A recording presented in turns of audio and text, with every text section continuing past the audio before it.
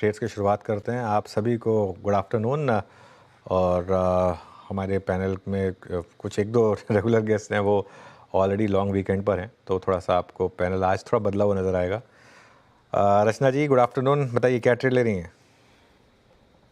Good afternoon. And हम trade लेंगे policy बाजार में। पॉलिसी बाजार को हम शॉर्ट करेंगे फ्यूचर्स पे अप्रैल के।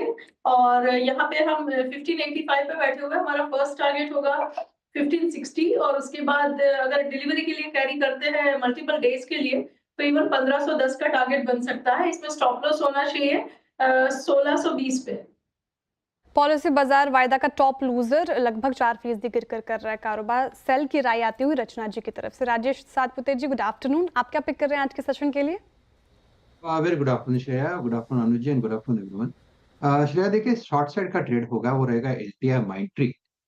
एक बहुत ही वीक कैंडिडेट है ये। पुल बैक पे भी सस्टेन नहीं होता, अपने 10 और 20 डे में के क्लस्टर पे भी ये इमीडिएटली शाय करता है, तो मुझे लगता है कहीं ना कहीं यहाँ से ये घूमेगा, यानी टूटेगा। एलटीआई माइंट्री से सेल 4600 के आसपास का स्टॉप लॉस लगा है मेरा। इसका टारगेट करीबन 4300 से 4250 है। काउंटर बड़ा है, अगर कोई पुट के द्वारा काम करना चाहता है तो फिर 4400 का पुट श्रेया 113 के आसपास है, इसे बाय करके चले। स्टॉप लॉस होगा करीबन 75 का और इसका स्विंग का टारगेट होगा करीबन करीबन 180 टू 200। तो एक बड़ा स्विंग मुझे लगता है इस पुट पे भी मिल सकता है, पर सेफ्टी भी मिलेगी वोलेटिलिटी के against. So LTI Mindtree is a sell. LTM is a sell. ये होगी राजेश जी की तरफ से trade. Soni ji, good afternoon. आपकी ट्रेड? Good afternoon everyone. मेरा यहाँ पे सेल रिकमेंडेशन है इन्फोसिस पे।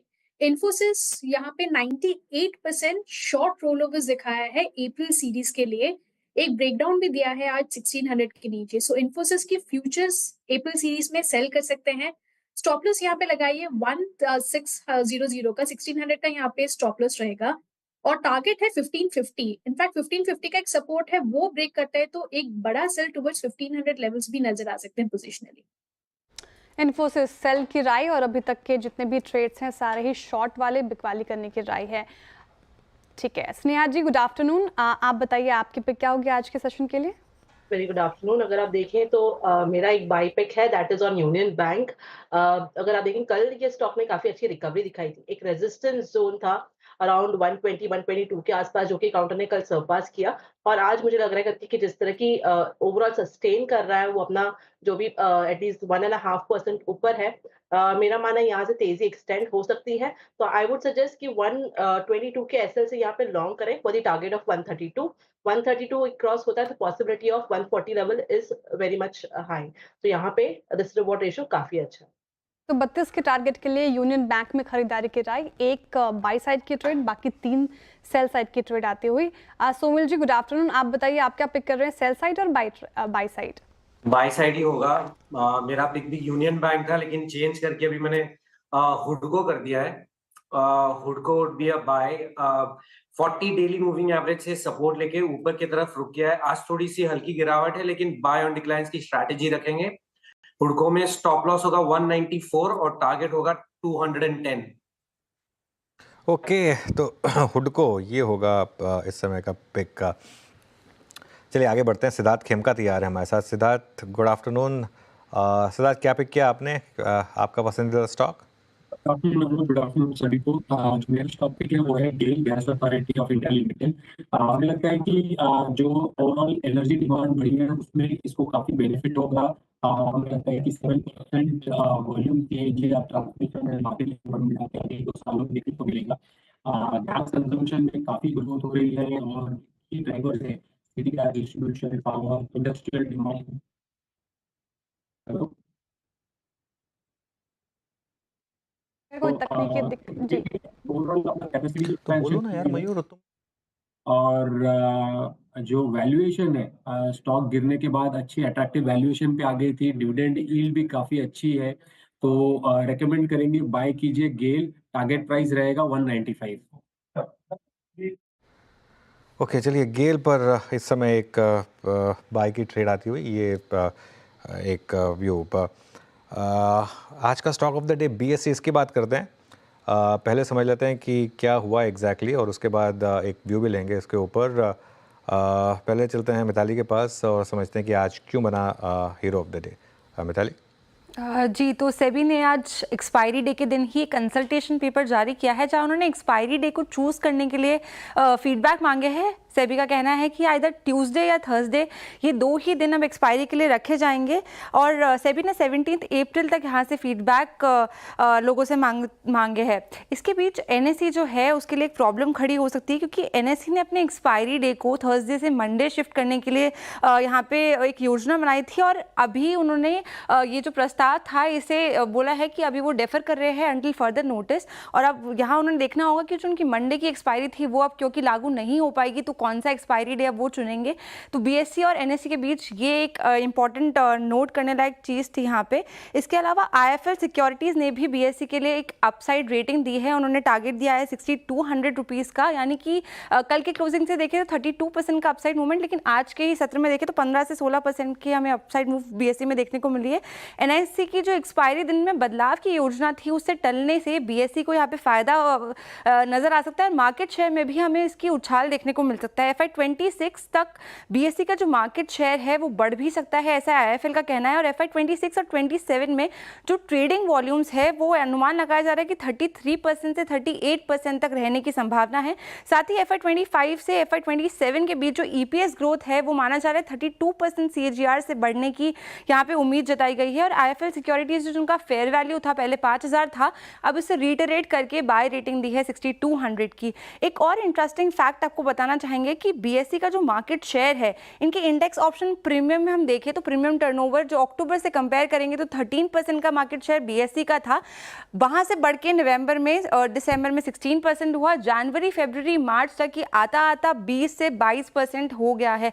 यहाँ पे देखिए मार्च में 22% का मार्केट शेयर बीएसई का हो गया है। एनएसई और बीएसई के कंबाइंड प्रीमियम टर्नओवर की इंडेक्स ऑप्शन की हम बात करें तो और सारे ही ब्रोकरेजेस यहाँ पे काफी बुलिश नजर आ रहे हैं कि मार्केट शेयर जो बीएसई का है वो ऐसे ही बढ़ता हुआ नजर आएगा। तो ये था जिसके कारण आज बीएसई में हमें काफी ज्यादा उछाल देखने को मिला है। बिल्कुल, काफ़ी उछाल देखने को मिला। शुक्रिया मिताली। एक बार सिद्धार्थ जी इस पर व्यू हो जाए बीएसई पर। ओके, कुछ दिक्कत आ रही है वहाँ पर, रिकनेक्ट कर दें। राजेश सतपथी जी, बीएसई का चार्ट देखिए, क्या वापस ऑल टाइम हाई की तरफ जाने की उम्मीद?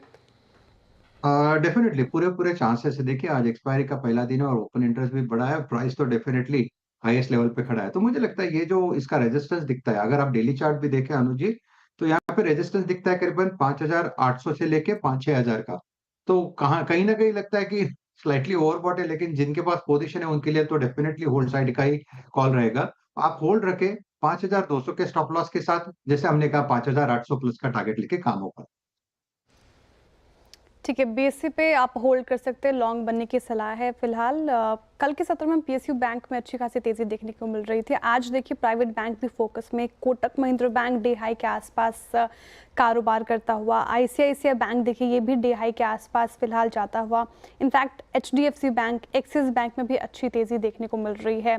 कोटक महिंद्रा बैंक, रचना जी मैं आपसे जानना चाहूँगी जिस तरीके से मूवमेंट इसने आज के सत्र में दिखाया, इनफैक्ट प्राइवेट बैंक में अच्छी तेजी देखने को मिल रही है, जिनके पास है वो फिलहाल बरकरार रखे और जो चाह रहे हैं फ्रेश बाइंग करना, जिस तरीके से पिछले हफ्ते भी हमने प्राइवेट बैंक्स में एक रैली देखी, उनको क्या सलाह रहेगी?